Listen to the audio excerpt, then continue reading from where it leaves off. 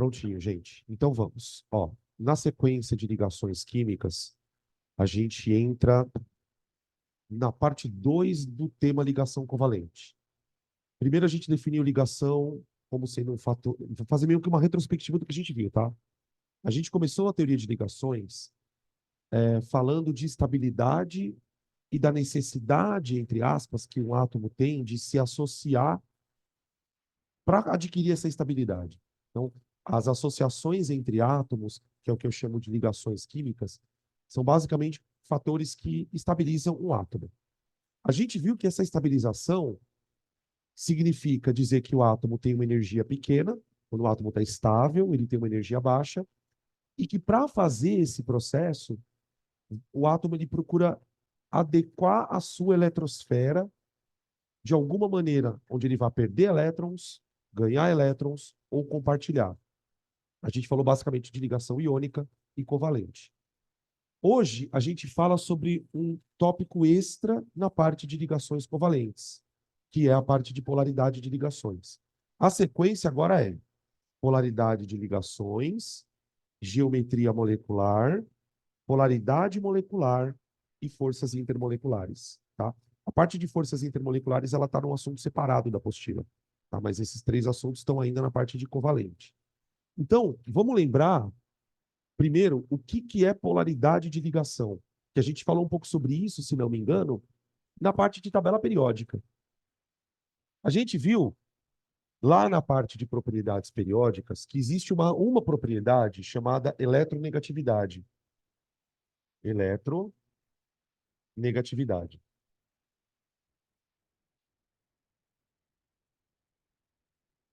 Tá. Só para a gente relembrar, vamos escrever aqui uma definição para a eletronegatividade.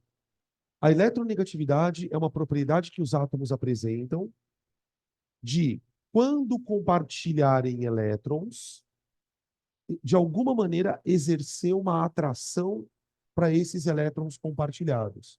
Então, a eletronegatividade é uma tendência de um átomo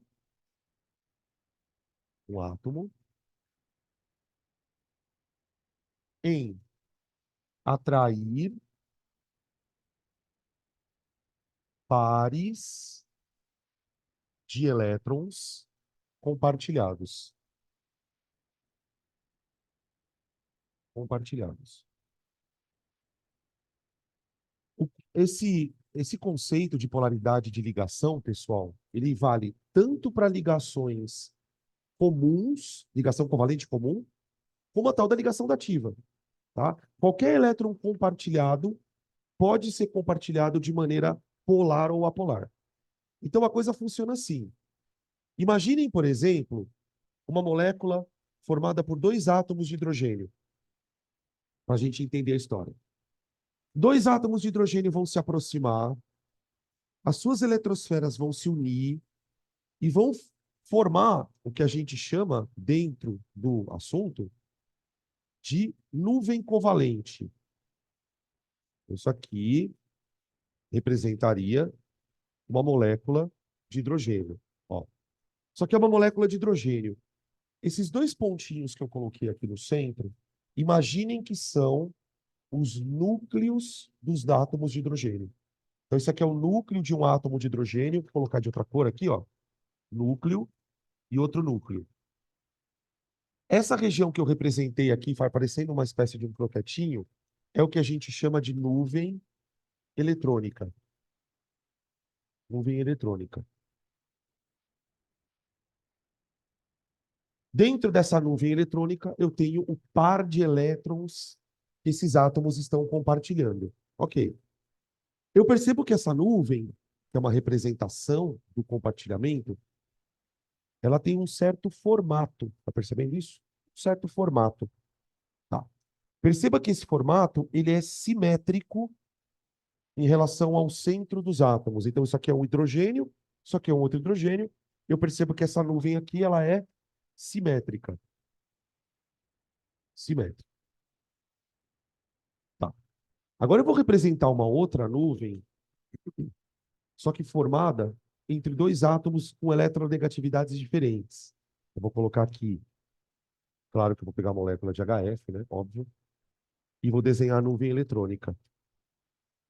Ó. E vou dar uma exageradinha, tá? Ó. Pronto. Aqui eu tenho o núcleo, aqui eu tenho outro núcleo dos átomos, tá? De maneira, assim, exagerando um pouquinho na representação, essa nuvem eletrônica, ela representa à esquerda o átomo de hidrogênio, e à direita o átomo de flúor. Aqui no primeiro caso, pessoal, eu tenho dois elétrons compartilhados. Dois elétrons. É uma ligação simples. E aqui eu também tenho dois elétrons compartilhados. Só que o fato de eu ter escrito a nuvem maior para um lado do que para o outro, representa que os elétrons compartilhados, nesse caso aqui, eles passam mais tempo perto do flúor do que do hidrogênio. Só que é uma nuvem eletrônica polarizada. Nuvem eletrônica. Ah, já escrevi maior, peraí. Nuvem eletrônica polarizada. Polarizada.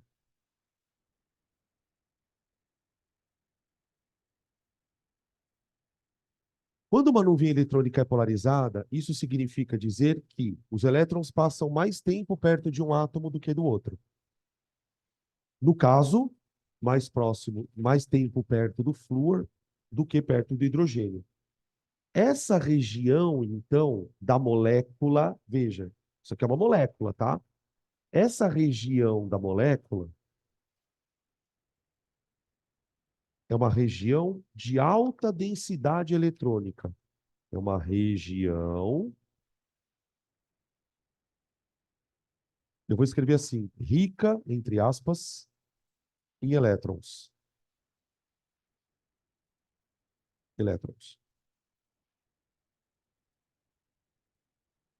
Porque os elétrons ficam mais tempo perto do flúor. De alguma maneira, o flúor exerce esse efeito de puxar um par de elétron para perto dele.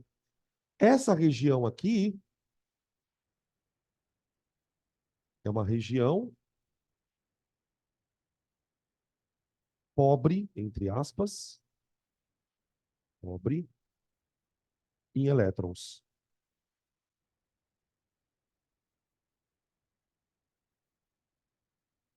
Ok?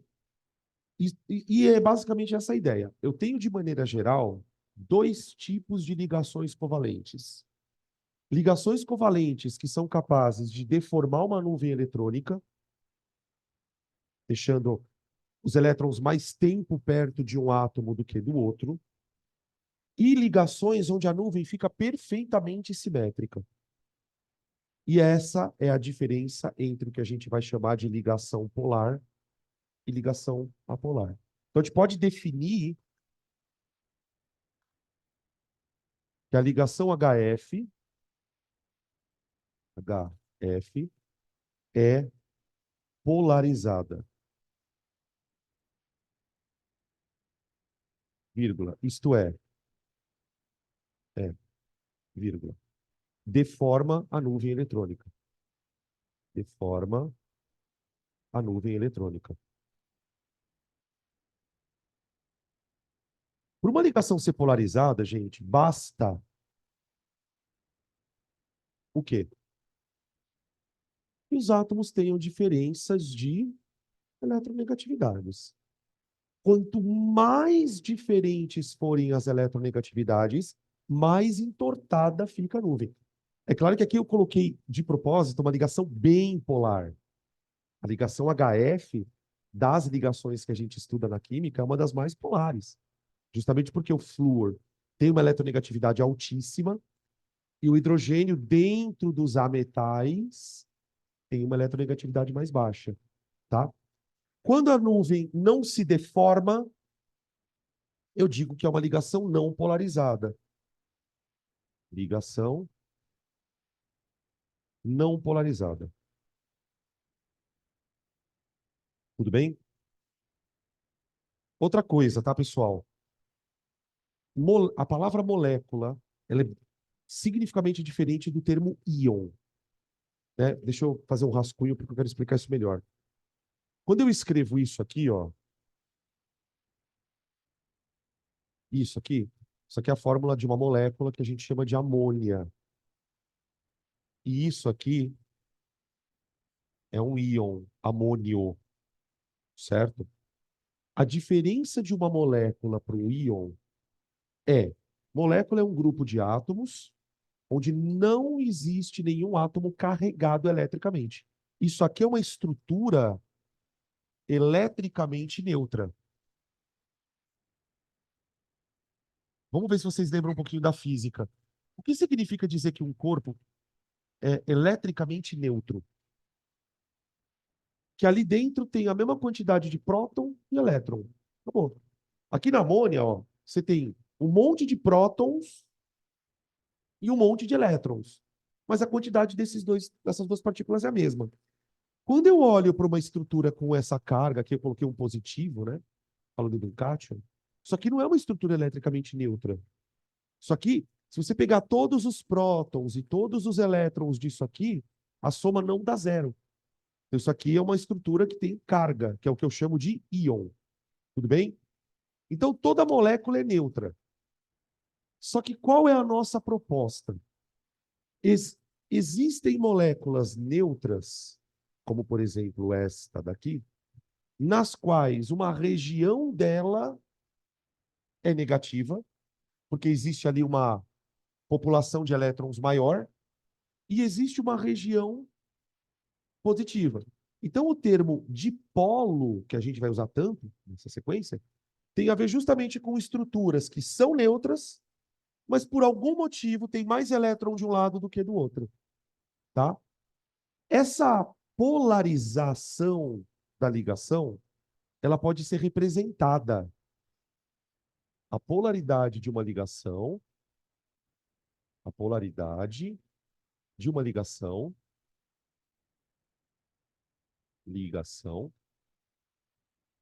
pode ser representada. Pode ser representada. E aí vem uma coisa muito curiosa. Para representar a polaridade de uma ligação, a gente vai usar um vetor, representada por um vetor. Um vetorzinho, uma setinha. Esse vetor tem um nome bem chique. Ele se chama vetor momento de dipolo. Momento de dipolo. É uma forma vetorial de você representar um átomo puxando elétron do outro, né? E, obviamente, fica aí uma questão que é, porra, mas, cara, precisa de um vetor para representar isso? Precisa. Vocês já vão entender por quê daqui a pouco. Esse vetor, como todo vetor, ele tem um módulo, uma direção e um sentido. Tá bom? Ah, uma coisa. A gente costuma representar o vetor por essa letrinha aqui, ó. Mi. Mi. Tá? Acho que porque chama momento de dipolo, começa com M, os caras usam a letra Mi. Então, toda ligação. O que eu estou querendo dizer em termos práticos, para a gente preparar para a parte de geometria? Toda vez que uma ligação for polar, porque os átomos têm diferença de eletronegatividade, eu vou representar essa ligação por um vetorzinho. O módulo do vetor, pessoal, lembra que módulo tem a ver com valor, né? O que seria? Vamos tentar imaginar quimicamente falando, né? O que seria o módulo de um vetor que representa uma ligação polar? O que acontece é o seguinte, pessoal. Para você ter uma ligação polar, você precisa ter um átomo de alta eletronegatividade e um de baixa. Só que a gente sabe que a eletronegatividade é uma coisa relativa.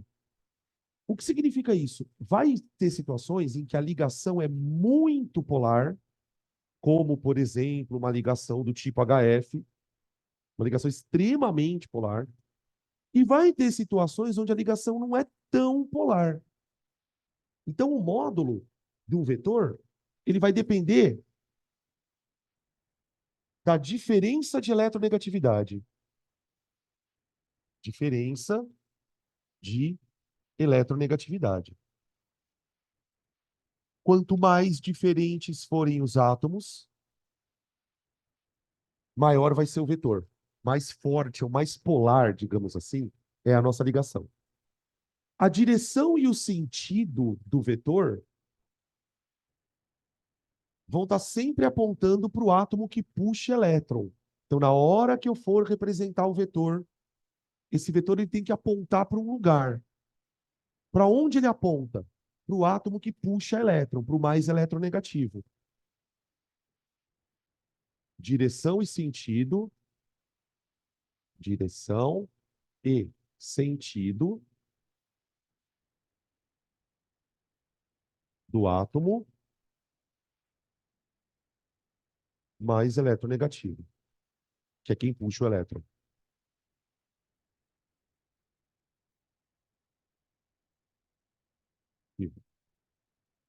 Tá? Uma forma da gente exemplificar o que esse vetor vai querer dizer é imaginar o seguinte, ó.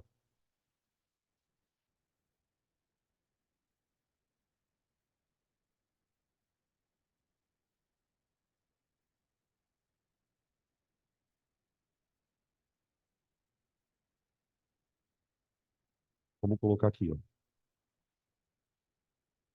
Ligação hidrogênio-flúor, que é essa daqui, ó, que eu desenhei aqui. Tá? Na ligação hidrogênio-flúor, eu vou representar um vetor assim, ó. Mi1. Ó, é o vetor, eu usei a letra Mi, que representa a polaridade da ligação HF. Como ele está apontando para o flúor, na minha cabeça, quando eu olho para esse tipo de representação, eu já imagino isso aqui, ó. A nuvem está deformada para perto do flúor. Em alguns exercícios, em algumas questões, talvez vocês já tenham visto uma representação em cima do elemento. Aqui, ó. Não sei se vocês já viram esse símbolo aqui, ó.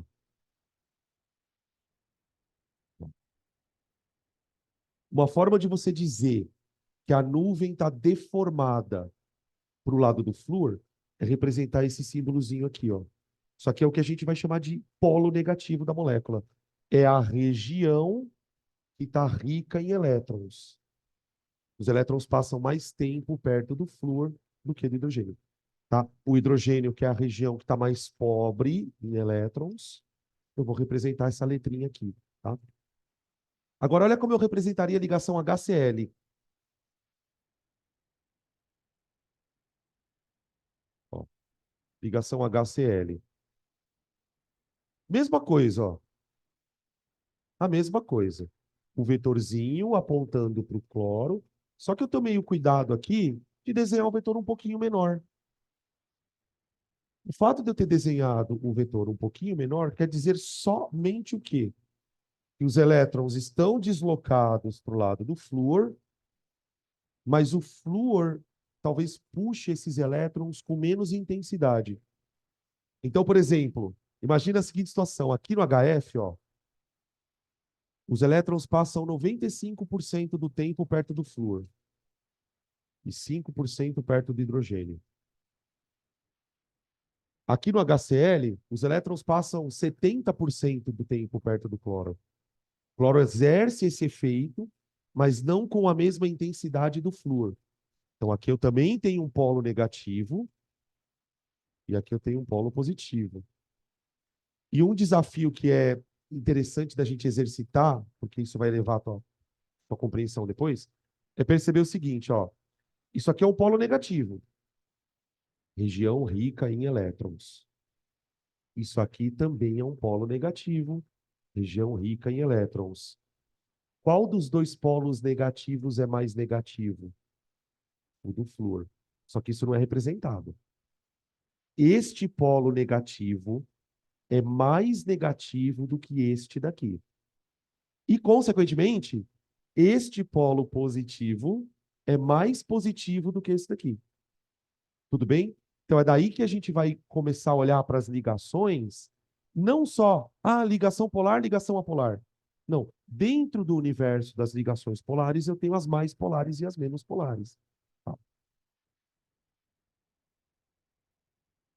Então, aqui a gente não tem nem como se fazer essa pergunta se o elétron tem velocidade constante ou não. Por quê? Esse conceito de eletronegatividade ele tem a ver com aquela ideia da probabilidade do elétron estar de um lado ou do outro. Então, tipo, lembra que na mecânica quântica, o elétron ele não está andando. Ele aparece aqui e desaparece, aparece e desaparece, aparece e desaparece. Então, como é que a mecânica quântica explicaria isso? Essa região é uma região onde a probabilidade de você encontrar o elétron é maior. Então, por exemplo, eu sempre imagino assim, o elétron aparecendo, desaparecendo, aparecendo. De cada 10 vezes que o elétron aparecer na sua frente, em 9 vezes ele vai estar aqui.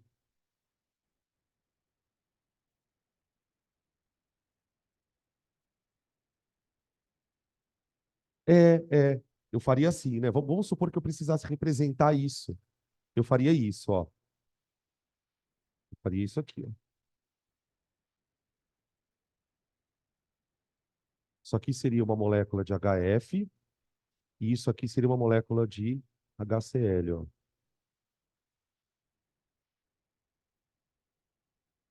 ó. Molécula muito polar, molécula polar. E aí, quando os átomos têm a mesma eletronegatividade, a gente não representa ninguém tortinho. A gente representa a nuvem simétrica.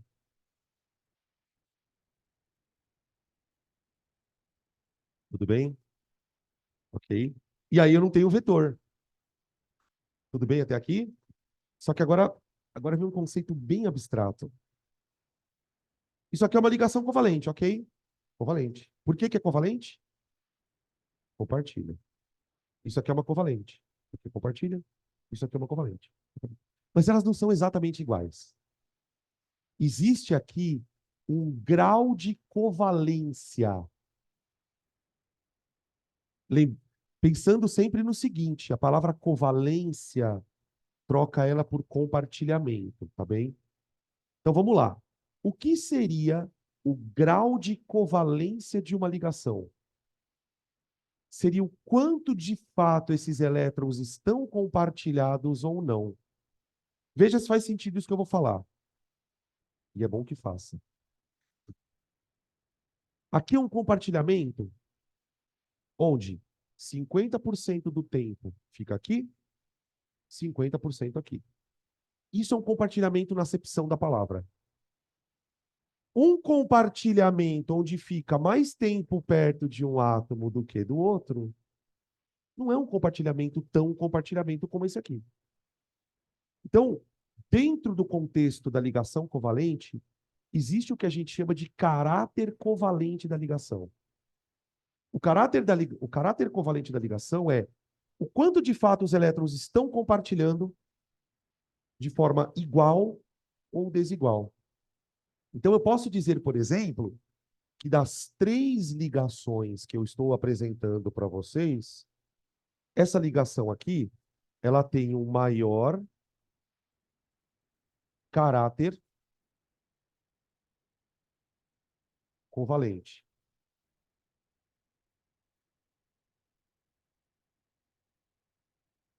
Quanto menos polar for uma ligação covalente, mais covalente ela será. Esse caráter, pessoal, até já indo um pouquinho além do que eu deveria, mas esse caráter covalente ele é expresso em forma de porcentagem.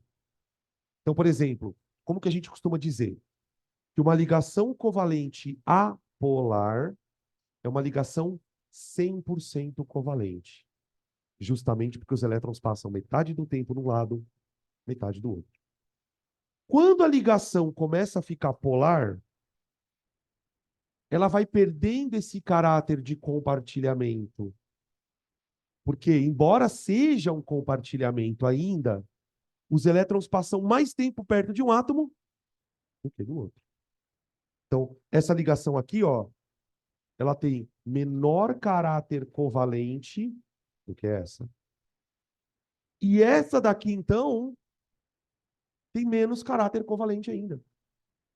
Essa daqui tem um caráter covalente baixíssimo.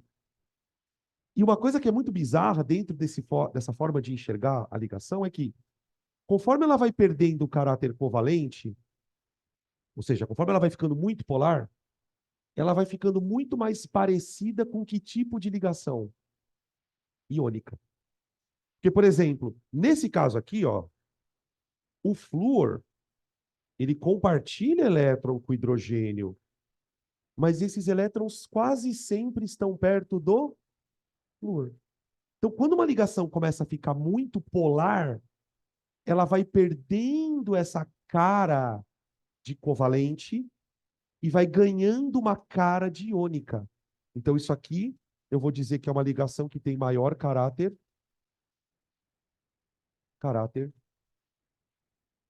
iônico.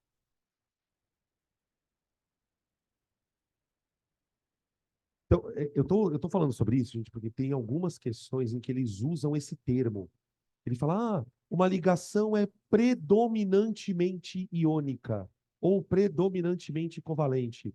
O que ele está falando é da maneira com que os elétrons se comportam. Então, a gente pode criar aqui se isso for possível, né, uma regra. Uma regra. A regra é a seguinte: considera dois elementos AB compartilhando elétrons, ok? O elemento A, ele tem uma eletronegatividade. Eletro de A. O elemento B também vai ter uma eletronegatividade de B. De tal maneira que eu posso dizer que entre os átomos existe uma diferença de eletronegatividade. Existe um delta de eletronegatividade.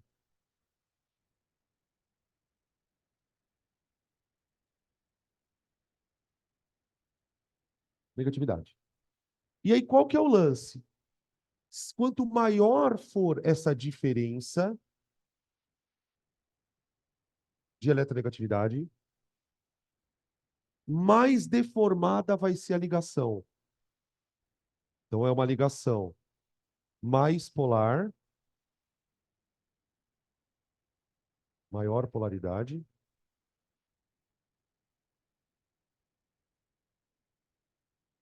Se é uma ligação de maior polaridade, ela tem menor caráter covalente.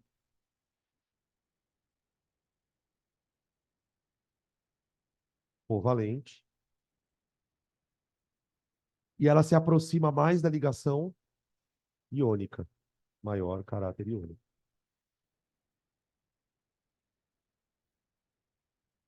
Tá? Tudo bem? E aí, dentro desse contexto um pouco diferente, talvez do convencional, né, de você olhar para a ligação, quando que uma ligação deixa de ser covalente para se tornar iônica? A gente pode enxergar uma ligação iônica como sendo um caso onde a diferença de eletronegatividade é tão brutal. Você tem um átomo tão eletronegativo e um outro tão pouco eletronegativo, que no momento que os átomos se aproximam, um átomo arranca o elétron do outro. Então eu posso escrever assim, ó, ligações iônicas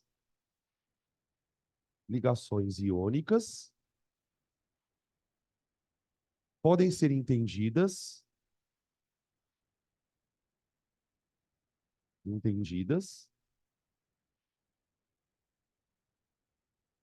como interações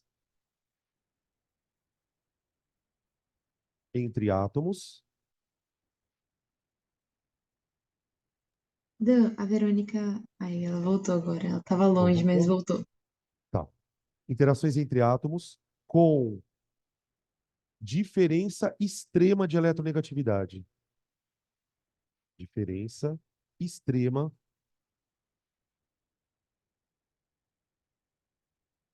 de eletronegatividade.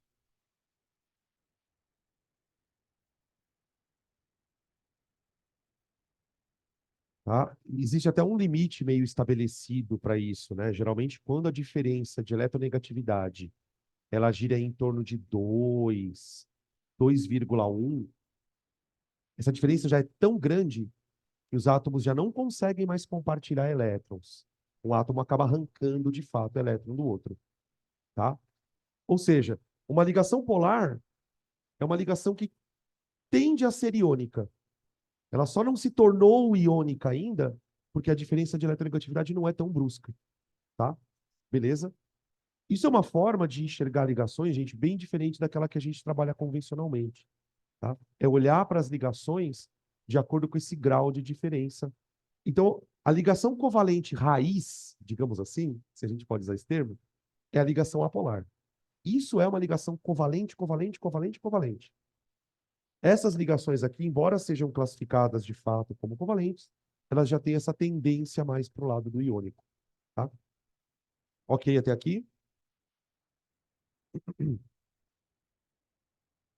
Muito bem. Então, tem Então, como ir um pouquinho lá no outro quadro que a tem. Verônica Você colocou, quer daí para a esse gente. aqui? Isso, bem. Tá mais para cá, peraí. Isso. Aí, aí. Então, tipo, primeira questão é, construímos um conceito de polaridade de ligação. O conceito de polaridade de ligação não é um conceito tão útil quando eu trabalho com ele isoladamente. A gente não quer determinar necessariamente polaridade de ligação. Eu quero determinar a polaridade de moléculas.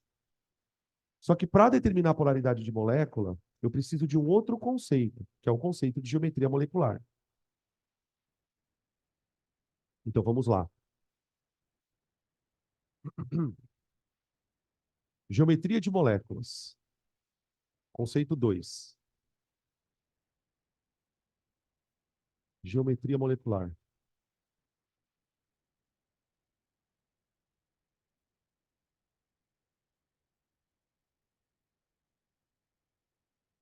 Bom, o que é geometria molecular? Né? Definindo assim. Geometria molecular é uma forma de você enxergar a molécula tridimensionalmente falando. Moléculas são feitas por átomos. Os átomos se associam. Então eu posso enxergar a molécula como sendo um corpo. Ela é um corpúsculo, um corpinho muito pequeno. E esses corpos, eles têm formas tridimensionais. Então a geometria de uma molécula é a configuração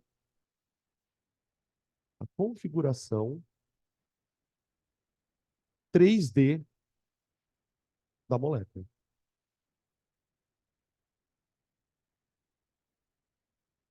Por que é importante eu saber geometria molecular, gente?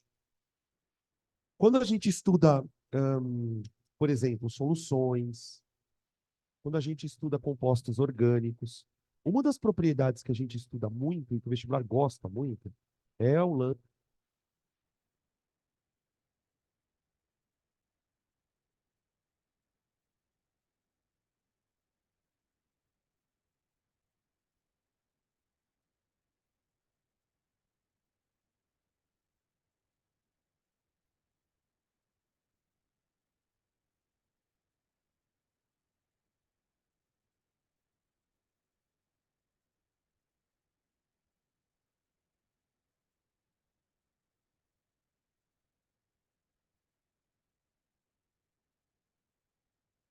Oi,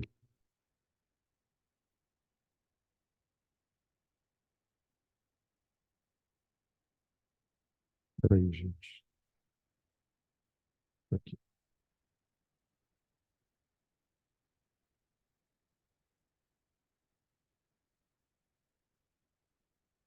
esquisito. Voltando. Quando a gente estuda soluções, quando a gente estuda equilíbrio, quando a gente estuda propriedades de compostos orgânicos, a gente se concentra muito em algumas propriedades que as substâncias apresentam, tais como solubilidade, ponto de fusão, ponto de ebulição. Só para citar essas três. E todas as propriedades de uma molécula, que a gente está citando aqui, as propriedades físicas, têm a ver com quanto as moléculas interagem uma com a outra.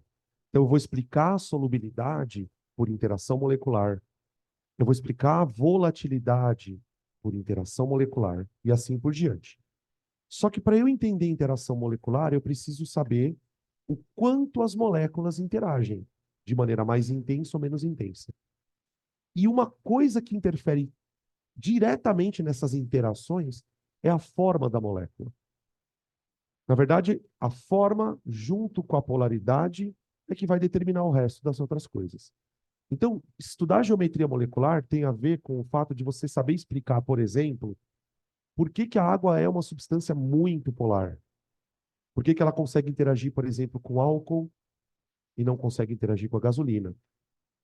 Por que que os éteres, por exemplo, são compostos voláteis? Então, responder esse tipo de pergunta passa pela geometria de molécula. E aí, quando eu vou estudar geometria de molécula, a gente usa um modelo, uma teoria, para explicar isso. Essa teoria, ela tem um nome muito estranho, cara. Vou botar o nome do quadro aqui. A teoria se chama Teoria da Repulsão dos pares de elétrons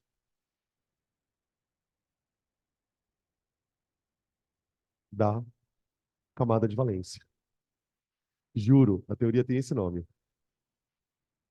Teoria da repulsão dos pares de elétrons da camada de valência. Ela explica basicamente por que que a água é angular, por que que o metano é tetraédrico, por que que a amônia é piramidal, coisas dessa natureza. Essa teoria ela é bem simples. Para você entender ela mesmo, a questão é a praticar. Então, eu vou colocar aqui os postulados da teoria, que são duas ou três coisinhas, e aí a gente vai usar essa teoria para poder prever geometria de molécula. Só um comentário bem breve, tá? A gente, obviamente, não vai prever geometria de proteína. A gente vai prever geometria de moléculas pequenininhas. Até das orgânicas dá para a gente prever, tá? Umas orgânicas ali maiorzinhas a gente consegue, tá? O que que essa teoria vai defender? Primeiro ponto. Primeiro ponto. Lembra que quando a gente foi desenhar estruturas lá na parte de ligação covalente, dativa, a gente colocava os átomos normalmente a partir de um elemento que a gente chamava de elemento central. A teoria vai dizer assim, olha, toda molécula tem um elemento que eu posso chamar de central. Esse elemento central, ele ganha esse nome basicamente por quê? Porque em torno dele outros elementos estão ligados. E a teoria vai dizer que, se você quiser saber a geometria de uma molécula, você precisa conhecer o elemento central. Então ele vai dizer assim, ó, a geometria, a geometria, Professor, a Verônica não está focando. calma.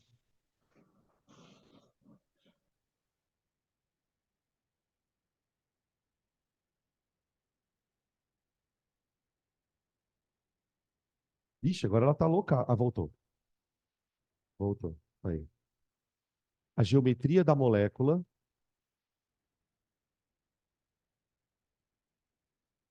é determinada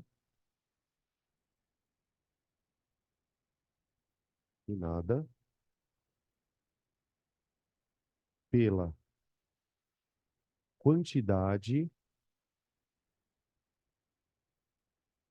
de nuvens eletrônicas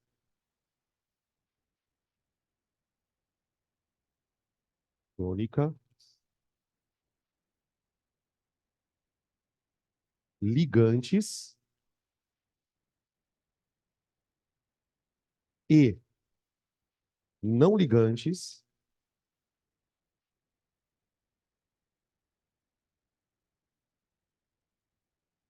ao redor do elemento central. Do elemento. Estou tentando resumir o máximo possível da teoria, tá? no elemento central. Esse é o primeiro postulado da teoria. A geometria da molécula... Ixi, ela tá louquinha hoje. A geometria da molécula vai ser determinada pela quantidade de nuvens eletrônicas ligantes e não ligantes. A gente vai definir o que é isso. Ao redor do elemento central. Essa é a primeira coisa. Segunda coisa. Tais nuvens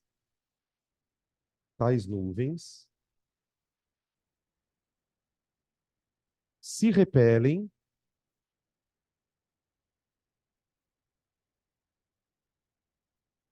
assumindo uma geometria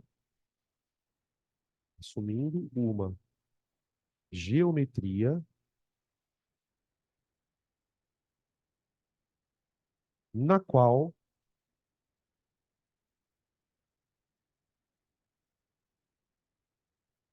estejam o mais afastadas possível. Mais afastadas possível.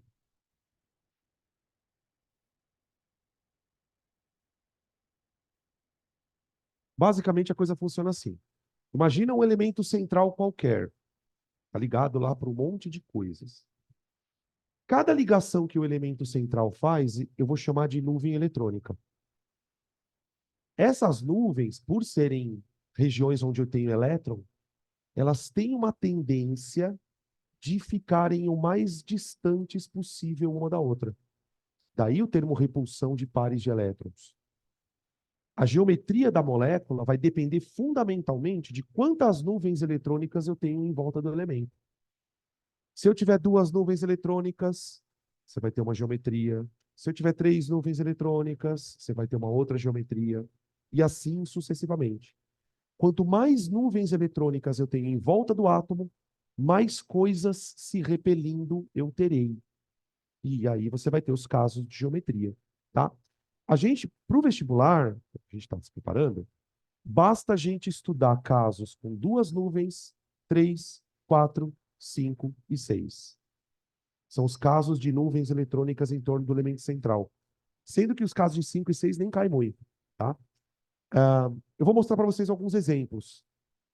E aí, com os exemplos, a gente vai olhando para essa teoria, tá? Então, vamos começar com, aqui, casos. Casos. O caso mais simples que a gente tem de geometria molecular, pessoal, é elemento central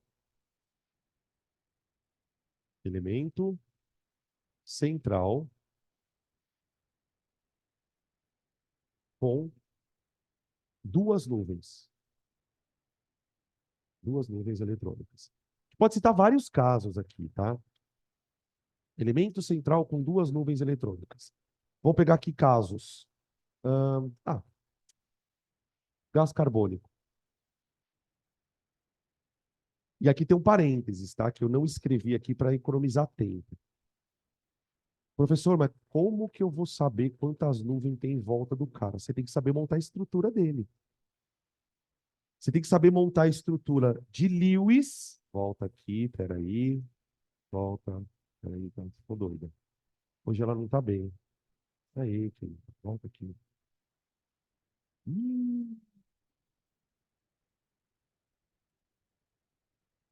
Volta aqui. Isso. Agora vem comigo. Volta aqui. Voltou. Aí. Aí. Então, para você saber quantas nuvens eletrônicas tem em volta do elemento, você precisa saber montar a estrutura. Então, aquela aula que a gente teve a semana passada, de montar a estrutura, fórmula estrutural, fórmula de Lewis, ela é bem importante. Eu vou retomar aqui porque isso é importante. Numa molécula como o CO2, eu tenho o carbono ligado com oxigênio, certo? Carbono, gente, família 4A, não é? 4 elétrons desemparelhados. Então, o carbono pode fazer 4 compartilhamentos. Gente, o oxigênio, ele tem quantos elétrons desemparelhados? 2. Então, ele é assim, ó. Certo? O oxigênio, ele tem capacidade para fazer duas ligações covalentes e duas dativas, né? E o carbono faz 4. Então, eu vou ligar um carbono com 2 oxigênios. Então, eu desenho isto, ó. O, dupla C, dupla O. Ok? Carbono fazendo dupla aqui e outra dupla com outro oxigênio. Lembrando que os oxigênios, além dos elétrons que foram utilizados aqui, eles têm elétrons que estão sobrando, ó. Eu vou desenhar em azulzinho, tá? Ô, gente, esses elétrons que estão em azulzinho, sobrando, a gente costuma chamar de elétrons não ligantes. Porque estão ali, mas não estão sendo usados para nada. Pela teoria da repulsão dos pares, eu vou olhar para o carbono, que é o nosso elemento central. E olhando para o carbono, eu percebo que ele faz uma ligação dupla com o O. Então, aqui, quantos elétrons estão compartilhados aqui, pessoal? Entre carbono e O. 4. 4 elétrons compartilhados, porque é uma ligação dupla, né? Cada tracinho representa um par, não é? Aqui e aqui, ó. Então, aqui eu tenho 4 elétrons compartilhados. Isso aqui é uma nuvem eletrônica. Isso aqui é uma nuvem eletrônica. Nuvem eletrônica.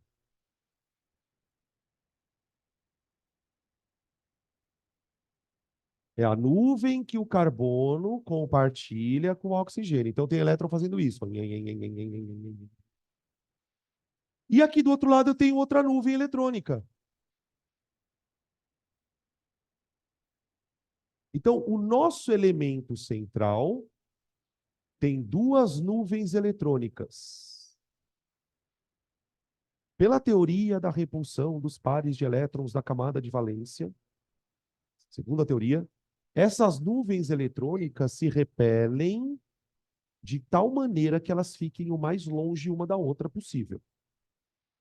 Então, se eu imaginar uma nuvem aqui, como se fosse meu braço, e uma outra nuvem, como se fosse o meu outro braço, a maneira em que essas nuvens ficam o mais afastadas possível é uma para um lado, outra para o outro.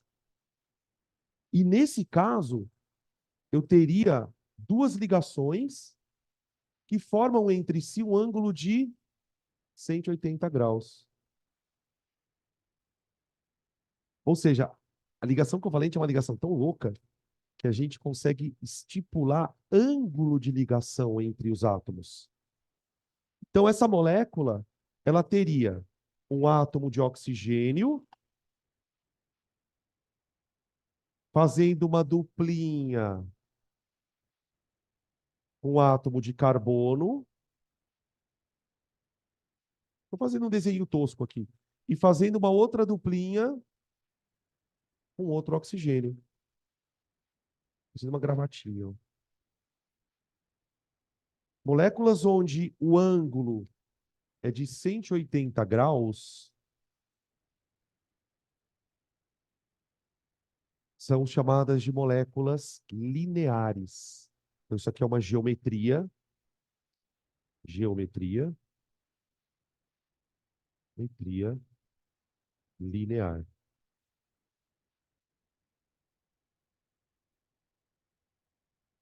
Professor, eu não posso guardar de um jeito mais simples? Não. Ah, professor, eu guardo que quando a molécula tem 3 átomos, ela é linear. Então, não é bem assim. A água não é linear. A água vai ser angular porque existe uma outra nuvem aqui no meio. Tá? Então, quando um elemento central tem 2 nuvens, automaticamente ele vai deixar as nuvens o mais afastadas possível. A gente pode citar aqui outras moléculas que têm geometria linear famosas, de 3 átomos. Tem uma que eu gosto de citar também, que é o HCN. O HCN é uma molécula linear também. Tá? Já o SO2 já não é mais. A água já não é mais. Tá? Isso também é uma molécula linear. Veja que nesse caso aqui, pessoal, o elemento central é o carbono também, tá vendo? Ó? Aqui o carbono, ele está fazendo uma ligação simples, um H, Então, ele está compartilhando aqui com o hidrogênio quantos elétrons, gente? Aqui, ó. 2. Isso é uma nuvem. Isso é uma nuvem. Do outro lado, ele está compartilhando quantos elétrons com o nitrogênio? Outra nuvem. Tá? Esses elétrons aqui, todos juntos, eles estão sendo compartilhados ao mesmo tempo com o nitrogênio. Então, tudo isso aqui constitui uma nuvem. Ou seja, pessoal, não sei se eu estou me fazendo claro. Para nós, nuvem eletrônica é ligação. Uma ligação dupla pode ser uma nuvem eletrônica? Pode. Uma ligação simples pode ser uma nuvem eletrônica? Pode. E uma tripla também. Não importa que ligações sejam. Se o elemento central estiver rodeado por dois outros átomos, portanto, duas nuvens, a ligação, a molécula vai ter uma geometria chamada linear. Fala. Então, o ozônio tem um par de elétrons sobrando. E aí ele vai dar uma deitadinha na molécula. Tá? Eu não vou falar do ozônio especificamente, mas eu vou falar um parecido com ele. Tá? Beleza? Então, esse aqui é o primeiro caso. Elemento central com duas nuvens. Sempre geometria linear. Onde que a coisa começa a ficar um pouquinho mais esquisita? Quando o elemento central tem três nuvens. Elemento central com três nuvens. Vamos mostrar casos. O caso mais simples, ou mais, talvez mais previsível, eu posso usar como exemplo o CH2O. CH2O. Isso é uma molécula de aldeído na orgânica. É o formaldeído. Formol, formaldeído. Na molécula de CH2O, eu tenho que elementos? O carbono, com 4 elétrons desemparelhados. Beleza? O hidrogênio, com um elétronzinho miserável. E o oxigênio, com 2 desemparelhados. Certo? Sendo que na molécula eu preciso encaixar 2 hidrogênios e um O. Propõe para mim uma estrutura para isso, gente. Como seria uma estrutura formada por carbono, hidrogênio, oxigênio, sendo que são 2 hidrogênios? Lembra que existe um elemento central, tá? Toda molécula, para você desenhar a molécula, você começa pensando no elemento central. E o elemento central, uma boa dica, é pensar no elemento que faz mais ligações. Tá? Porque você fala, mas Danilo, como que você vai saber quem que é o elemento central? Geralmente é o elemento que faz mais ligações, que é o carbono.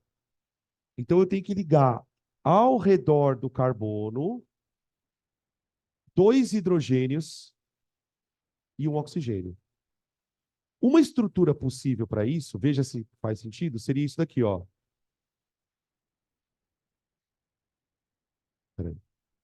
H, C, H e O. Ó.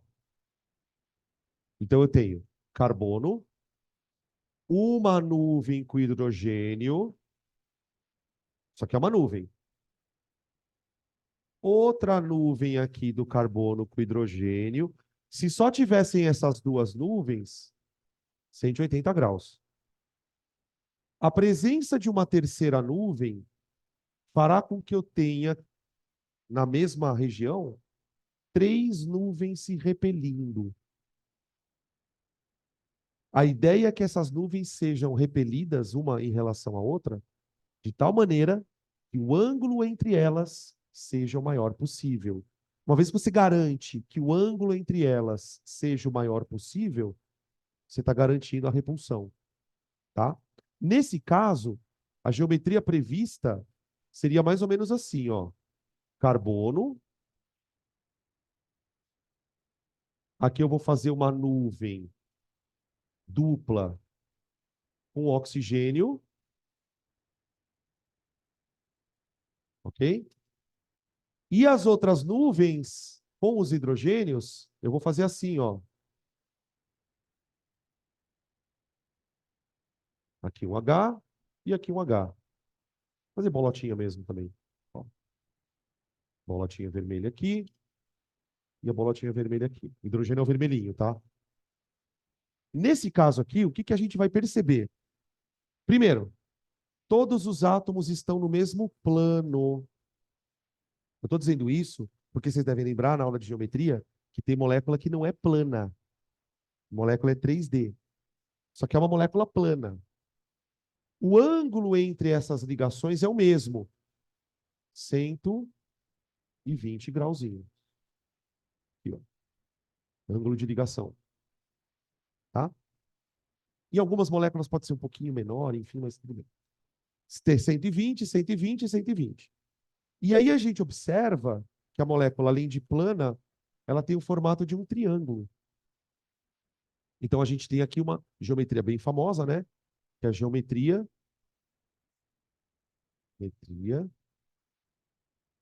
trigonal, da palavra triângulo, trigonal, plana ou planar. Trigonal plana.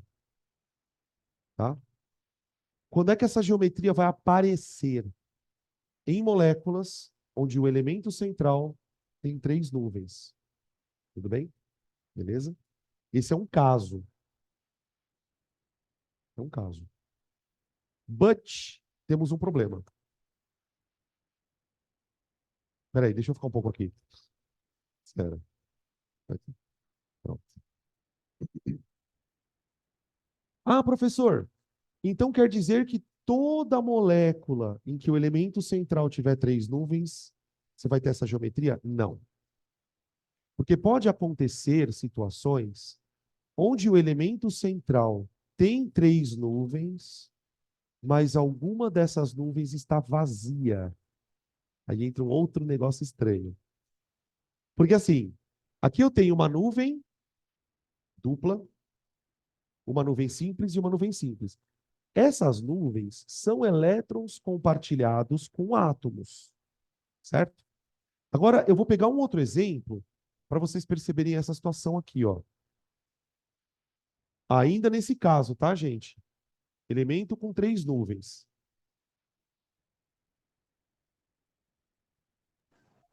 Dan, Oi, pode voltar no outro lado só para tirar uma foto, por favor? volta. Obrigada.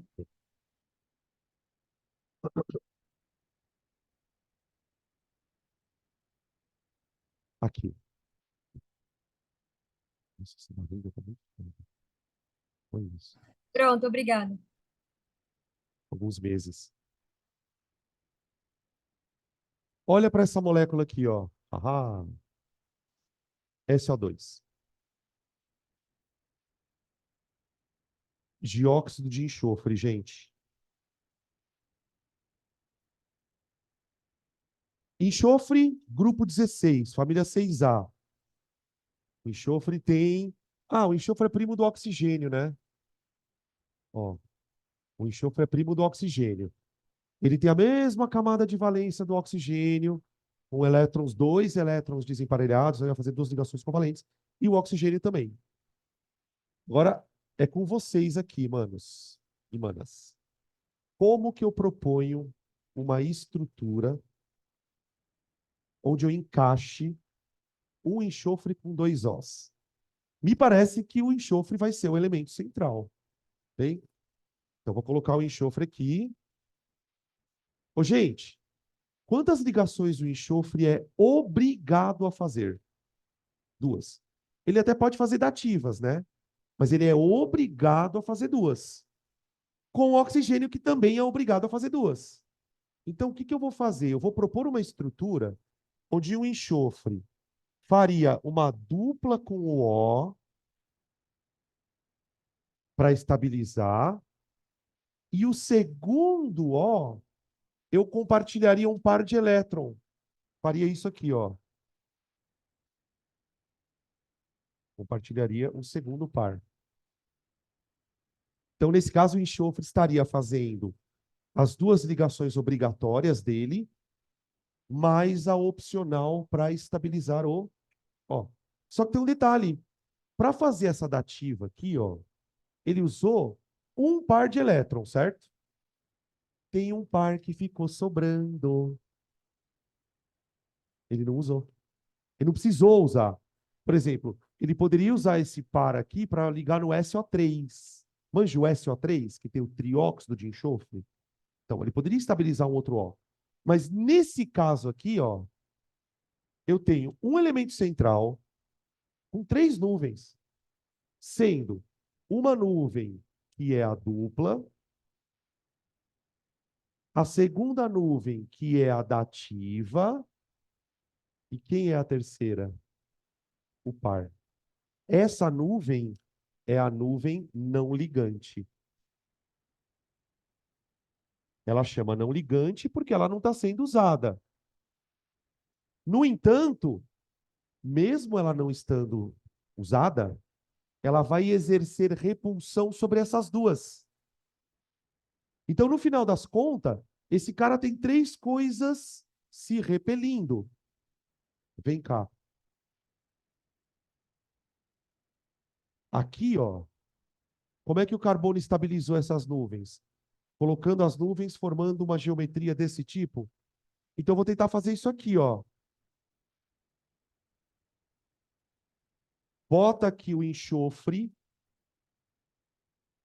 O enxofre.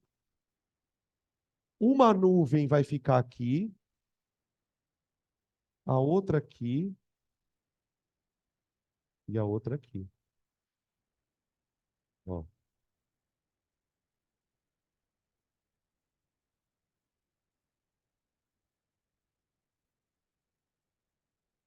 Isso aqui dá uma confusão desgraçada.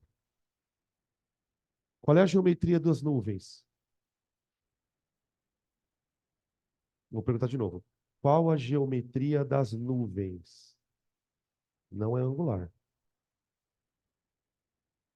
Qual a geometria das nuvens? Trigonal. Mas a molécula não é trigonal, porque não tem merda nenhuma aqui. A geometria da molécula é angular. Mas existe uma terceira nuvem aqui. Então eu tenho uma geometria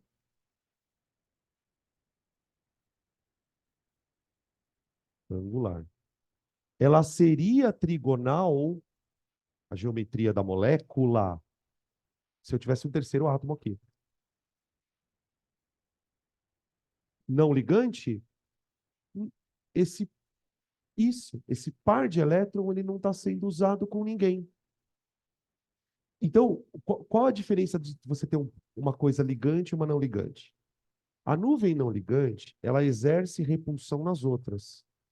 Mas como não tem nenhum átomo naquela nuvem, ela não aparece na geometria. Então é muito foda porque tem alguns livros que falam assim, ó. Essa molécula, você tem aqui uma geometria de nuvens trigonal, mas tem uma geometria de molécula angular. Então eu tenho 2 situações aqui que, se você quiser guardar isso de uma forma de regrinha, é a seguinte. Quando um elemento central tiver 3 nuvens, e as 3 estiverem ocupadas, a geometria é trigonal plana.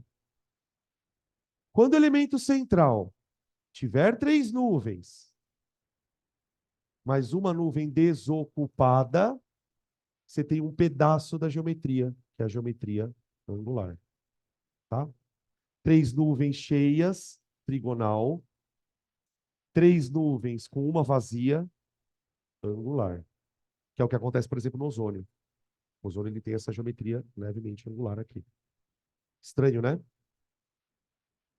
Ok? Então, da água é um pouco diferente. Porque se você vai aprofundando um pouco mais o contexto, você vai fazer o seguinte. Aqui o ângulo dessa molécula aqui é 120 graus por ligação, né? Ó, para a gente voltar aqui para o pessoal de casa. Ó. Aqui os ângulos são 120 graus. Quanto que é esse ângulo aqui, ó? Ele é 120. Ele é uma molécula angular com ângulo 120. A água também é angular, mas o ângulo não é 120. Isso mostra que esse angular vem de uma outra figura, que a gente vai falar daqui a pouquinho. Ok? Então, elemento com duas nuvens, linear. Elemento central com três nuvens, pode ser trigonal ou pode ser angular. Agora vem o caso mais extenso, que é o de quatro nuvens. Fala.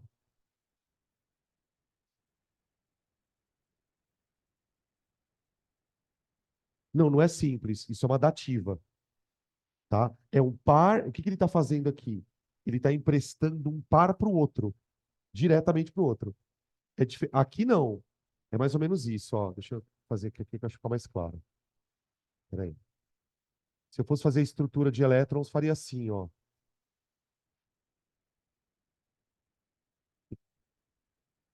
E assim, ó. O que eu teria? Essa ligação aqui, ó, seria isso, ó. Chance e chance. Bom, estabilizou o enxofre e o ó. Aí, esse oxigênio está precisando de dois elétrons. Então, o enxofre vem aqui e empresta dois. Empresta dois. Que é a dativa. Tá? Beleza? Tá aí. Bom, o terceiro caso é o elemento central com quatro nuvens eletrônicas. Esse é o que mais tem variações.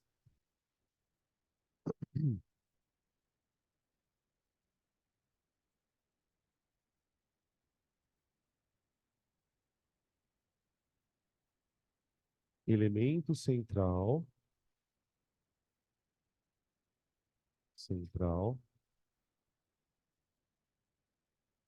com quatro nuvens.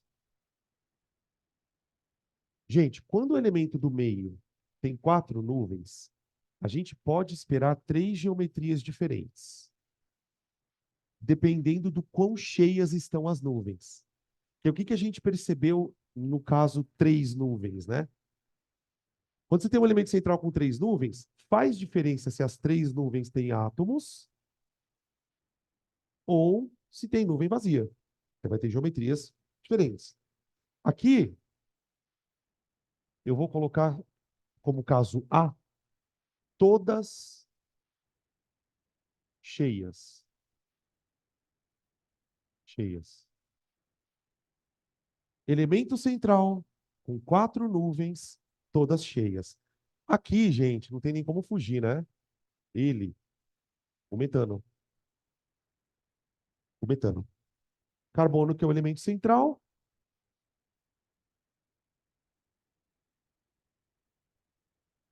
Carbono, que é o elemento central. E aqui, os ligantes. Olha lá. Hidrogênio, hidrogênio, hidrogênio, hidrogênio. Quando um elemento central tem quatro nuvens, acontece a primeira situação onde a molécula deixa de ser plana.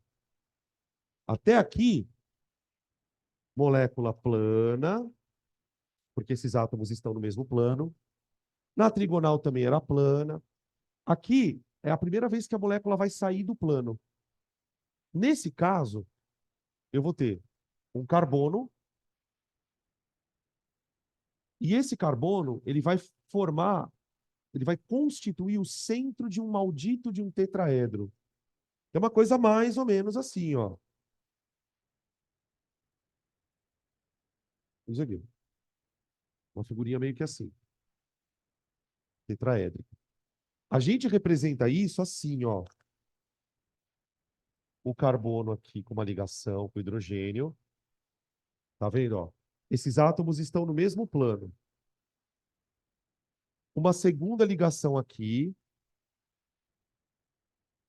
E, ó. Plano, mesmo plano. A terceira ligação seria uma ligação que sairia da lousa. Seria uma ligação para frente. Que a gente representa assim, ó. Ó. Assim. Tá? Essa ligação ela está saindo do plano da lousa. Isso, isso e isso estão no mesmo plano. E a ligação está saindo do plano da lousa aqui. A terceira ligação, ela vai entrar no plano da lousa. Ela faz assim, ó. A gente representa ela assim, ó.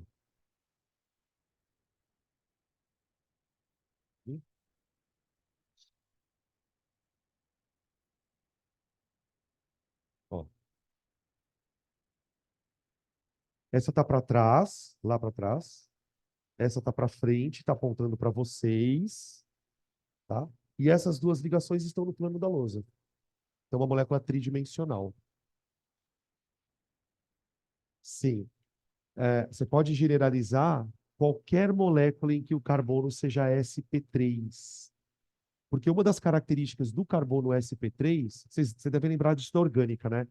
Como que eu identifico um carbono como sendo sp3, gente? Ele faz 4 ligações simples. Para pensar, então, que se um carbono faz 4 simples, automaticamente ele não tem 4 nuvens? Se ele tem 4 nuvens, trigonal, tetraédrica, tá? Geometria tetraédrica. Aqui, ó, eu vou voltar um pouquinho lá no fundo da lousa, peraí. Tetraédrica. Por exemplo, esse carbono aqui, ó, vocês vão lembrar disso? Ele não é sp3. Esse aqui é o quê? sp2. Como que a gente identifica um carbono sp2? Duas simples e uma. Por que que todo carbono sp2 é trigonal? Porque se o carbono é sp2, você concorda que é automático. Para ele estar fazendo uma dupla e duas simples, ele não tem que ter 3 nuvens. Se o elemento central tem 3 nuvens, trigonal. Agora, vamos lá. E esse carbono aqui, o que que ele é? Esse é sp. sp. Esse aqui também é sp, né? Ó. Lembra que o sp é o carbono que faz duas duplas ou simples, tripla. Por que que todo carbono sp é linear? Esse carbono é linear, ó. Esse aqui também. Porque ele tem duas nuvens. Quando o carbono é sp, gente, ou fazendo duas duplas, ou fazendo uma simples e uma tripla, a gente percebe que ele tem duas nuvens. Então se repelem. Então, a geometria do carbono, ela varia de acordo com o número de nuvens. Se um carbono tiver duas nuvens, portanto ele é sp linear. Carbonos sp2, por exemplo, o benzeno apresenta um monte de carbono sp2, né? Ele vai ser trigonal. E esse carbono aqui do tetracloreto de carbono, metano. E também eu posso, sei lá, não precisa ter 4 átomos iguais também, né? Pode, sei lá, tira um hidrogênio e põe um cloro aqui. Você continua sendo tetraedro, tá? Isso. 109 graus aproximadamente. Ele é um pouco. Porque assim, né? É natural, quando você tem essa aula pela primeira vez, ou dependendo do quanto você entendeu pela segunda, a gente olha para isso aqui e fala: por que que a porra da molécula não é assim? Porque se a molécula fosse assim, que ângulo eu teria aqui? 90. Eu consigo obter uma forma geométrica onde o ângulo é um pouquinho maior que 90, que é essa daqui, 109 graus, aproximadamente. Tá? Ok? Esse ângulo vai variar um pouquinho, às vezes pode ser um pouquinho mais, um pouquinho menos, dependendo dos átomos que estão ligados aqui, mas no geral é 109, tá bom demais saber isso.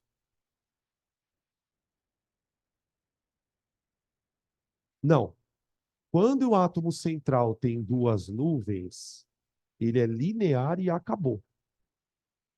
Não tem como ele ser linear trigonal. Percebe que são coisas incompatíveis? Porque quando eu falo que a molécula é trigonal, eu estou pensando numa molécula que tem um triângulo, formando um triângulo. Nessa situação, eu preciso ter quantas nuvens? 3. Tá? 2 linear. 3 pode ser trigonal se as 3 estiverem cheias. Se eu tirar uma aqui, ó, ela vira o quê? Angular. Tá? Beleza? Ok. Segundo caso do elemento com 4 nuvens.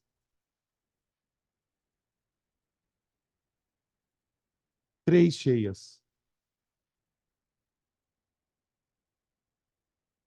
Elemento central com 4 nuvens e só 3 cheias. Aqui o bom e velho caso da amônia. Amônia. Gente, na amônia, o elemento central é o nitrogênio. Nitrogênio é primo do fósforo. 5 elétrons.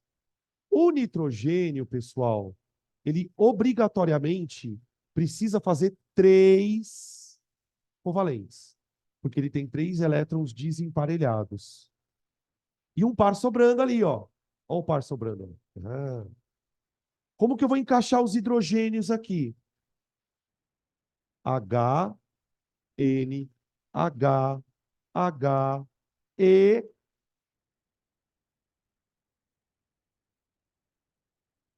Par de elétrons sobrando. Olha lá. Aquela nuvem que não está sendo utilizada é uma nuvem vazia. É uma nuvem vazia. Ela é anão ligante.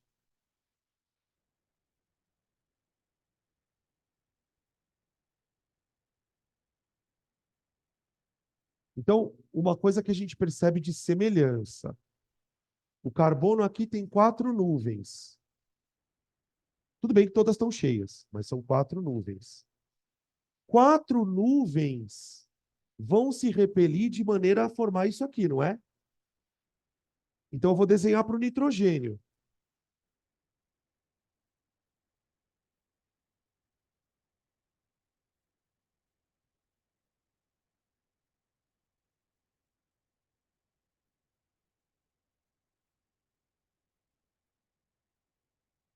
Pronto. H, H e H. Dá uma olhada aqui. Compara isso com isso aqui, ó. O que que acontece? No metano, eu tinha isso aqui, não é, ó? 4 nuvens. Na amônia, eu vou fazer isso, ó. Essa nuvem está vazia, não tá? Tem uma nuvem que é só um par de elétron. Ela tá lá, mas não tem átomo. Então, é um tetraedro sem o microfone. Imagina um tripézinho. Né? Eu sempre, quando eu penso no tetraedro, eu penso num tripé com microfone. Alô, oi, oi. Agora faz isso, ó. Sobrou só o tripé. Que é isso aqui, ó. Isso não é mais tetraédrico. Se a gente observar para essa figura com certo esforço, você vai enxergar uma pirâmide, cuja ponta da pirâmide é o N, e os 3 hidrogênios formariam a base da pirâmide. Então, você concorda que isso é uma pirâmide com base triangular? Uma pirâmide com base triangular? Então, vamos dar um nome para a geometria. Piramidal trigonal, ou trigonal piramidal, tanto faz. Piramidal trigonal. Trigonal. Aí. Ou só piramidal, é. Só piramidal. O ângulo é 109.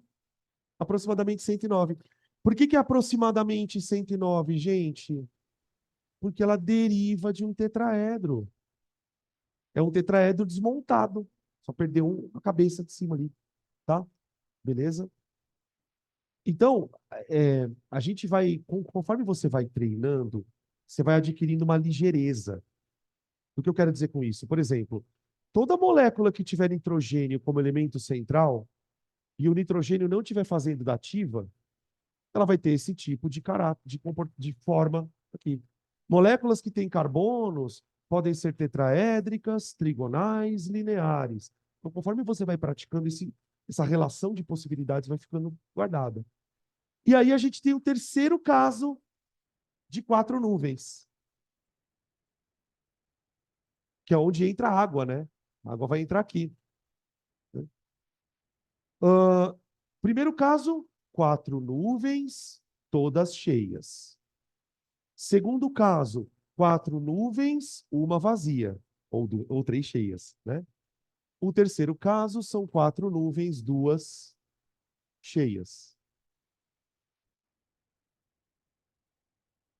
Que é o caso da água, né?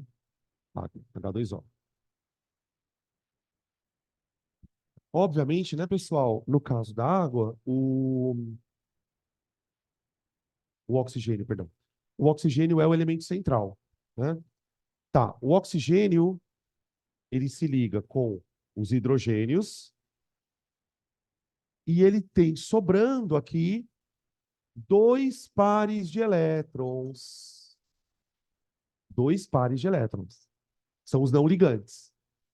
Então, no final das contas, o elemento central está rodeado por 4 nuvens.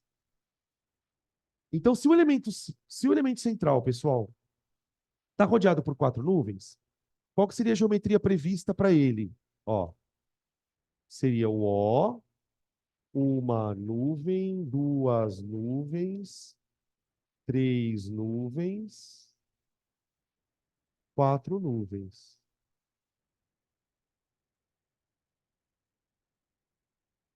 Ó, pronto. A geometria de nuvens é idêntica à da amônia, do nitrogênio, e por sua vez é idêntica com a do carbono. Só que aqui, 2 dessas nuvens têm par de elétron. Então, sei lá, vai, bota um par de elétron aqui para trás e o outro par de elétron aqui para frente. 2 orelhinhas de par de elétron. Aqui eu vou botar um H e aqui outro H. Ó. Tá? Você não precisa, pessoal, escrever os pares de elétrons aqui. Eu estou escrevendo porque eu quero que você perceba que a água é um tetraedro desmontado. Quando eu falo da geometria dessa molécula, eu olho para isso aqui, ó. Tá vendo? Isso aqui. Você concorda que essa geometria aqui, ó, ela é muito parecida com essa daqui, ó? Vai aqui. Olha lá. Então eu vou chamá-la de angular também.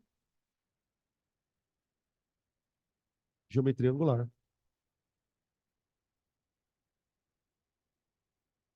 Geometria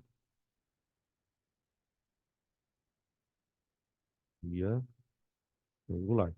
Só que aqui o angular é diferente. Né?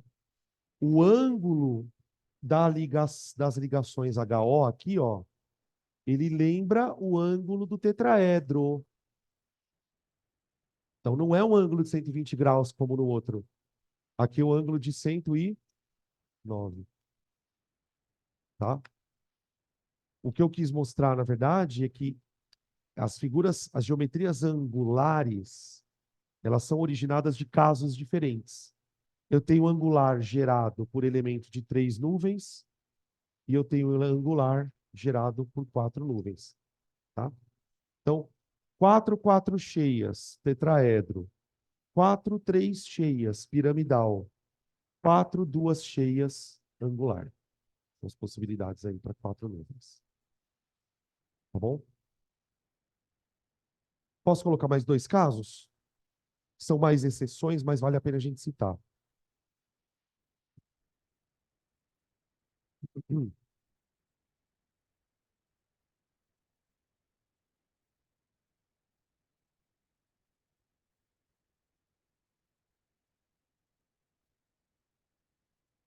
Isso! Boa, boa, boa, gostei. Isso, eu acabei não falando sobre isso, mas é relevante o que você está falando. Na hora de ver os par, ligante e não ligante, eu só olho para o central. Porque, por exemplo, se você voltar nessa molécula que a gente começou a aula aqui, ó, eu falei, o carbono tem 2 nuvens. O oxigênio está cheio de nuvem. Só que eu não olho para ela. Por quê? Porque quem determina isso é a repulsão do elemento central. São as nuvens. E aí também faz um pouco de sentido falar em teoria da repulsão de elétrons da camada de valência. Porque essas nuvens eletrônicas que estão se repelindo estão na camada de valência do elemento central, tá? Beleza? Então, eu esqueço os outros elementos, não importa quem seja, tá? Você só vai olhar para as nuvens do outro. Gente, a gente tem dois casos de geometria que dentro da regra do octeto, eles são enxergados como exceções dentro da regra do octeto, que são elemento central com 5 nuvens. Elemento central com 5 nuvens. 5 nuvens. Tá. Aqui já vou dando uma pitadinha de hibridização. Ô, gente, lembra desse carinha aqui, ó? O nosso querido fósforo? Eu consigo encontrar o fósforo na natureza em 2 estados atômicos. Esse aqui é o estado atômico do fósforo mais comum, o que aparece com mais frequência na natureza. Esse átomo de fósforo, ele tem 3 elétrons desemparelhados, portanto, ele precisa fazer 3 covalentes, certo? E na emergência, ele pode fazer uma dativa. Uhum. Então, no máximo, esse tipo de fósforo você encontra na natureza, no máximo ligado a 4 coisas. Tá? Depois a gente pode até citar um exemplo. A gente já pode colocar agora, quer ver? Quer ver um exemplo famoso disso?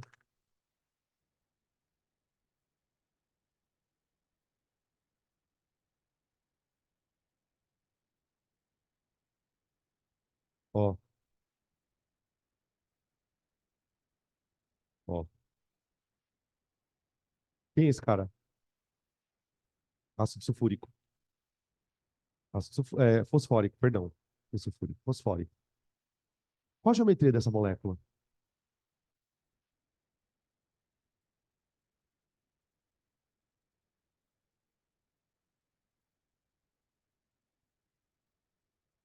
Tetraédrico.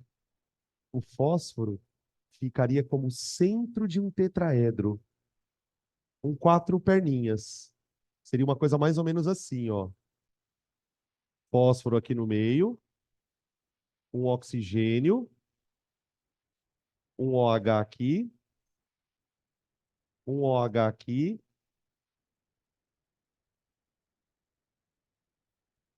e, ó, e um terceiro OH lá atrás. Aqui, ó, HO. Deixa eu colocar o fósforo aqui, né, Danilo? Ó, P. Isso aqui é o ácido fosfórico, tá?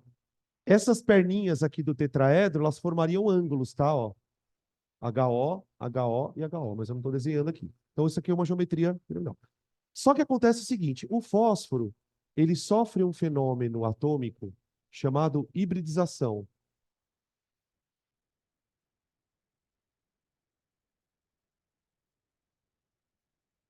Assim como o carbono também, né?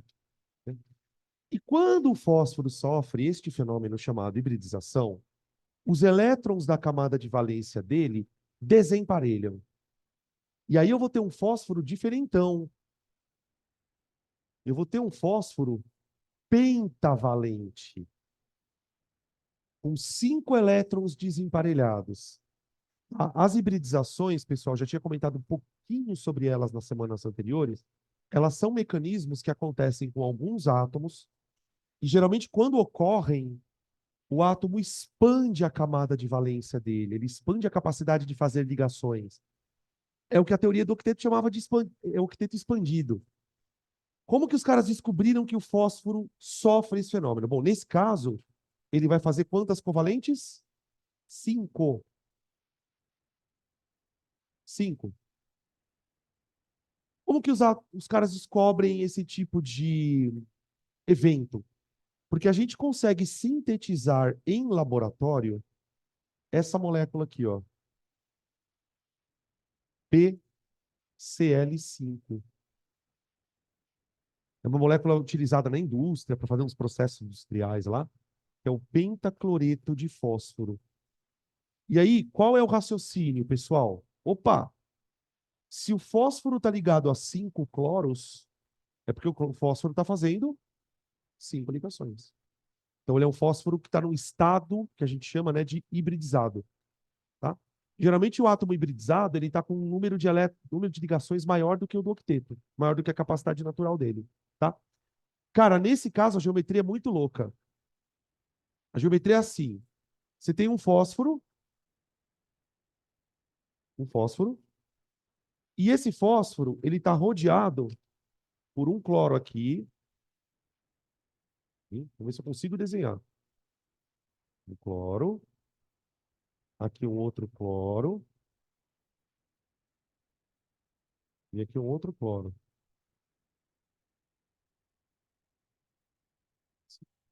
Imagina que esses átomos estão dispostos no mesmo plano. Imagina que minha mão é um plano. Tenta imaginar minha mão como sendo um plano. Eu tenho um fósforo aqui, um cloro e um cloro, formando uma coisa trigonal. Aí aqui em cima, acima desse plano, vai aparecer outro cloro e abaixo um outro cloro. Seria uma coisa mais ou menos assim, ó, gente. Imagina duas pirâmides, uma encaixada na outra, de tal maneira que bem no meio da pirâmide eu tenho um fósforo ligado com 3 cloros. Então eu teria aqui uma base triangular, aqui uma parte de cima da pirâmide, seria uma coisa mais ou menos assim, ó. E ó, tá vendo uma piramidezinha? E aqui embaixo uma segunda pirâmide. Essa geometria, ela se chama bipiramidal ou bipirâmide trigonal.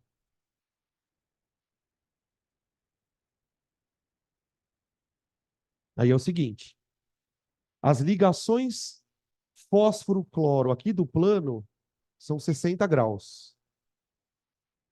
Esse cloro aqui em cima, ele forma com outros cloros ligações de 90 graus, perpendiculares. Tá? Então aqui é como se tivesse um balãozinho assim, né?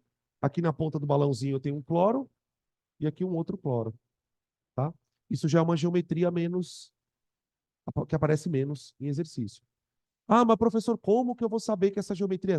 Se o elemento tiver 5 ligantes, pessoal, você pode bater o martelo, que ela é bipiramidal. Ah, e aí tem uma coisa que eu não vou entrar nesse lugar, tá? Porque, pelo amor de Deus. Você pode ter 5 nuvens com uma cheia, uma vazia, 5 nuvens com 2 vazias. Aí começam a aparecer outras geometrias alternativas, tá? Que não precisa saber. E o outro caso que eu queria comentar é o caso 6 nuvens. Caso 6 nuvens. Vou colocar ele aqui. Elemento central. Elemento central com 6 nuvens. Todas cheias também, tá? Só vamos ficar nas cheias. Onde acontece isso? Enxofre. Enxofre. Vou desenhar aqui o enxofre. Gente, enxofre normal. Enxofre que aparece de maneira corriqueira na natureza. O enxofre com 6 elétrons, 2 desemparelhados e 2 pares. Então, esse enxofre, ele faz 2 covalentes e 2 dativas. Tá bom? Como eu usei o exemplo do ácido fosfórico, eu vou usar o do sulfúrico aqui, tá bom? Ó. Ó, ó, ó, H, O, H, ó. Esse é o sulfúrico. Também o elemento central é o enxofre. Tá vendo que ele está com 4 nuvens? Então ela também é tetraédrica. Essa molécula também é tetraédrica. Tá, o que pode acontecer com o enxofre em algumas situações? Ele pode também sofrer hibridização.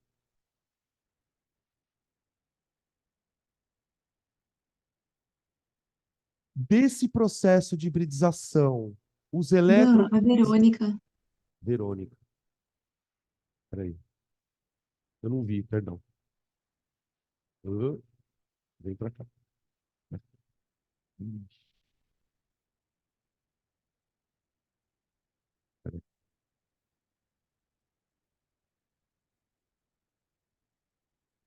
Ih, mano. Cozinhou.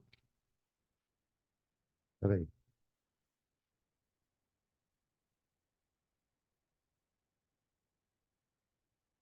Cozinhou ela mesmo.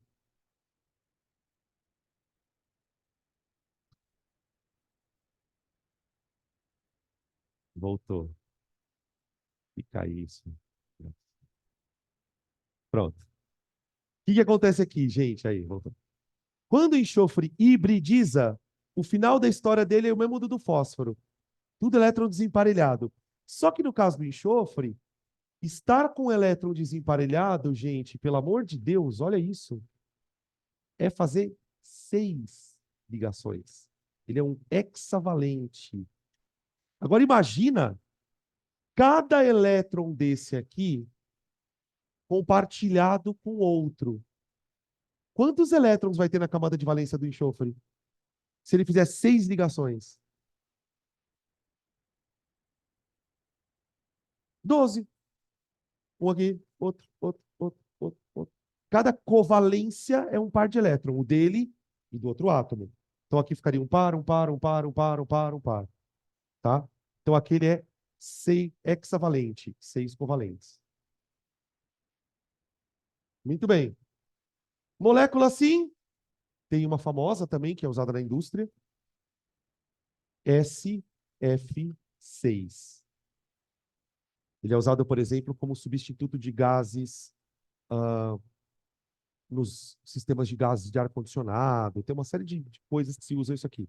Hexafluoreto de enxofre. A geometria dessa molécula, gente, ela é muito parecida com a da bipirâmide do fósforo. Só que tem uma diferença. Na bipirâmide do fósforo, não sei se ficou claro no desenho, a bipirâmide ela tem uma parte central aqui que é um triângulo, tá vendo? Ó? Por isso eu chamo de bipirâmide trigonal. Quando eu colocar 6 átomos em volta do enxofre, olha o que vai acontecer.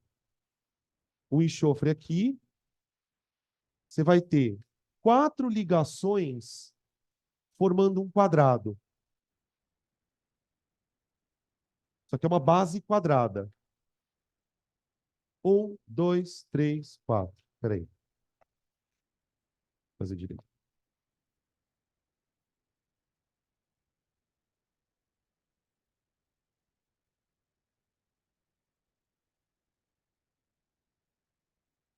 Assim, ó.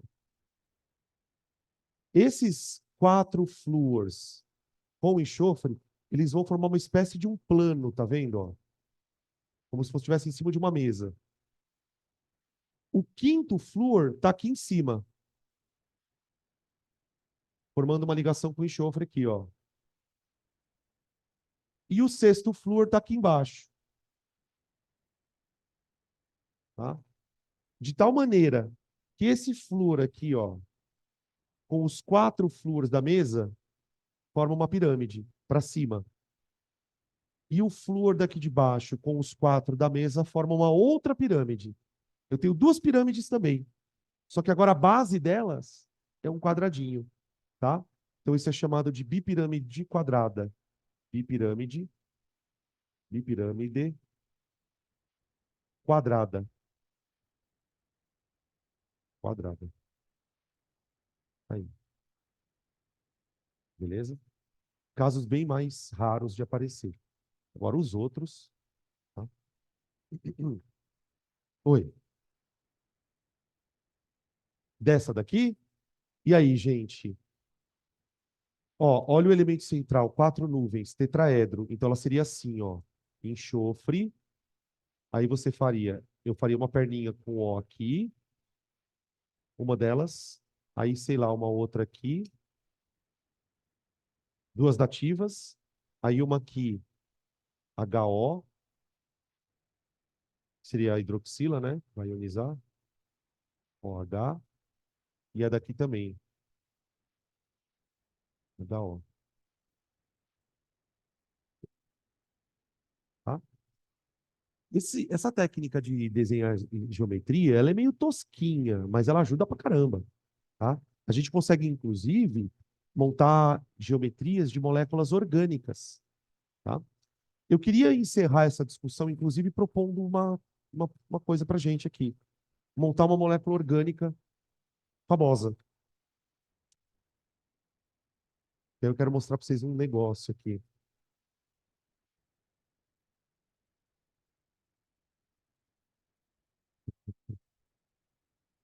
Dá tempo.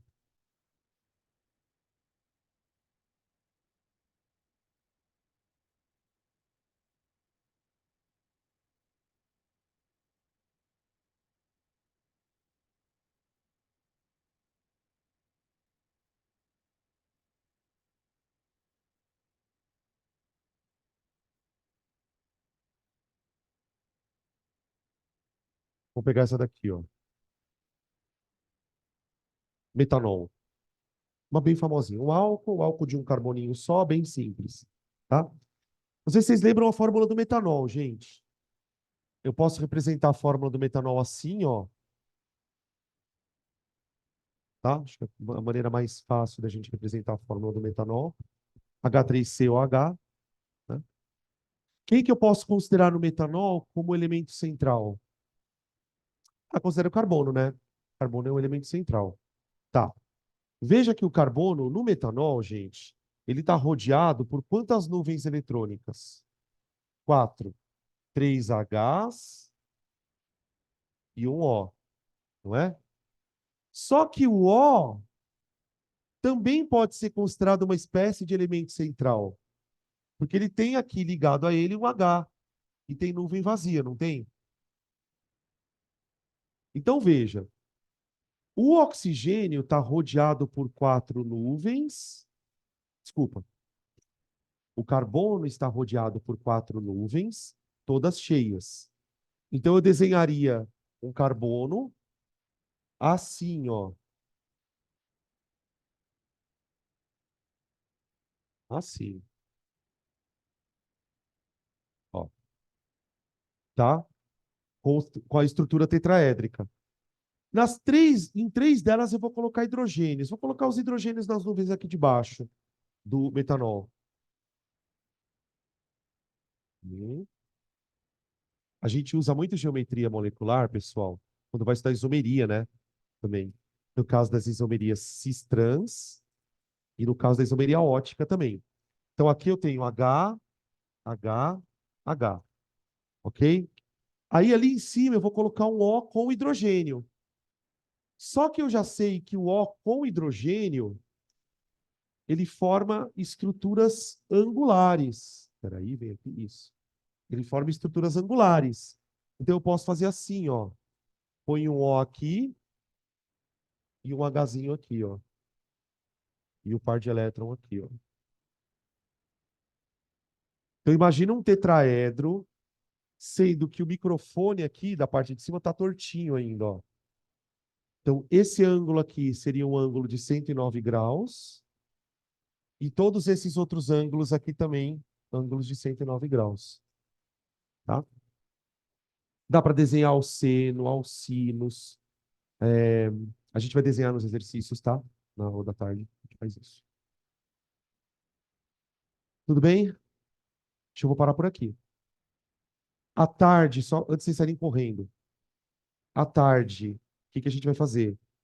Falar de polaridade de molécula e exercício, tá? Eu acho que com a ajuda de bom Deus, a gente termina esse assunto hoje ainda, tá?